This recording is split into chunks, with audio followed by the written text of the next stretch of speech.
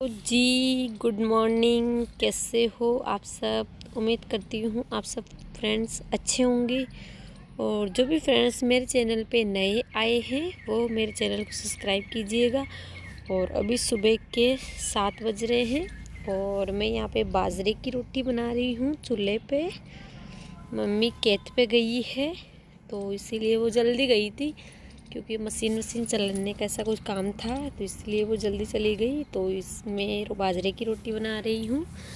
और ये सोनम है बाजरे की रोटी बनाने के लिए गोल गोल घूम रही है, कभी आटा ले रही है कभी क्या कर रही है। तो इसे भी बाजरे की रोटी बनाना है। तो मैंने आज बाजरे की रोटी और सब्ज़ी बनाई है बैंगन की। तो मैंने सब्ज़ी रोटी का जो काम था वो मैंने सारा कंप्लीट कर लिया है। और देखो कितने सारे बर्तन हो गए हैं, दूध के, छाछ के, चाय के, मतलब सारे बर्तन हो गए। तो सारे बर्तन मैं साफ़ कर रही हूँ। तो फ्रेंड्स ये काम तो छूटता ही नहीं है, चाहे मायके में जाओ चाहे ससुराल में जाओ कहीं भी जाओ, ये काम तो हमारे पीछे ही रहता है। सोचा था मायके जाऊँगी 4-5 दिन आराम से रेस्ट करूँगी, इंजॉय करूँगी, लेकिन यहाँ आते ही ये काम पीछे पड़ गया मेरे। तो क्योंकि भाभी है वो भी भाई दूज को मायके गई थी तो इसीलिए वो भी नहीं है। और मम्मी है वो खेतों का इतना सारा काम है कि सुबह ही जल्दी चली जाती है और शाम को लेट तक आती है, तब तक अंधेरा ही हो जाता है। शाम का खाना भी मैं ही बनाती हूँ। तो ये भी सुबह का व्लॉग है। सुबह के 8-9 बज रहे हैं अभी। मैंने रोटी वोटी बना ली है। फ्रेंड्स एक लड़की के लिए चाहे वो मायके में आए चाहे ससुराल में, ये काम तो उसी के पीछे ही लगा रहता है। कहीं भी जाओ बट ये काम नहीं छूटता है। तो शायद किसी का छूट जाता है लेकिन मेरा तो नहीं छूटता है, क्योंकि मैं चाहे 1 महीने से आऊँ चाहे 3 महीने से आऊँ चाहे 1 साल से आऊँ, कितने भी टाइम से मायके हूँ तो ये काम तो मेरे साथ ही पता नहीं वहाँ से यहाँ आ जाता है। मतलब आराम मिलता ही नहीं है। मतलब सोच कर आती हूँ कि मायके जाऊँगी तब थोड़ा आराम मिलेगा, लेकिन आराम नहीं मिलता है। यहाँ आने के बाद भी खाना बनाओ, कपड़े धुलो, रोटी बनाओ, सारा कुछ लगा ही रहता है। तो ये बर्तन वगैरह हैं खूब सारे मैंने धो लिए हैं। और ये देखो ये हमारी भैंस है, 2 भैंस है हमारी मम्मी के, एक पाडी है।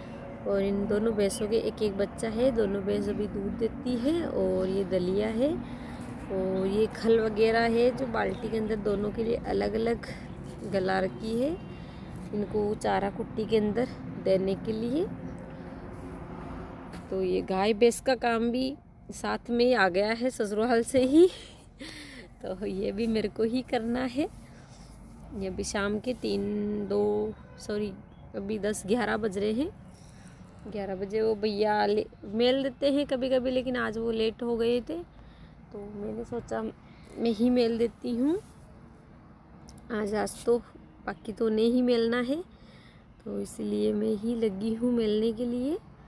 तो मैंने सभी में एक एक जो ये तगारी है एक एक तगारी डाल रही हूँ और एक तगारी उस छोटी वाले के लिए डाल रही हूँ। तो ऐसे करके सारा ही बाटा में मेल देती हूँ।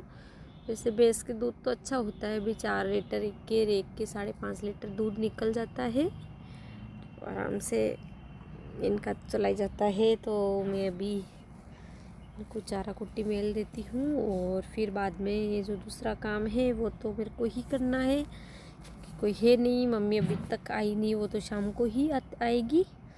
तो ये जो आंटी है ये हमारे किराएदार है, 5 से 6 साल हो गए, बंगाली है ये। हमारे यहाँ मम्मी के ये जो इधर वाला रूम है इन्हीं में किराए पे रहते हैं ये।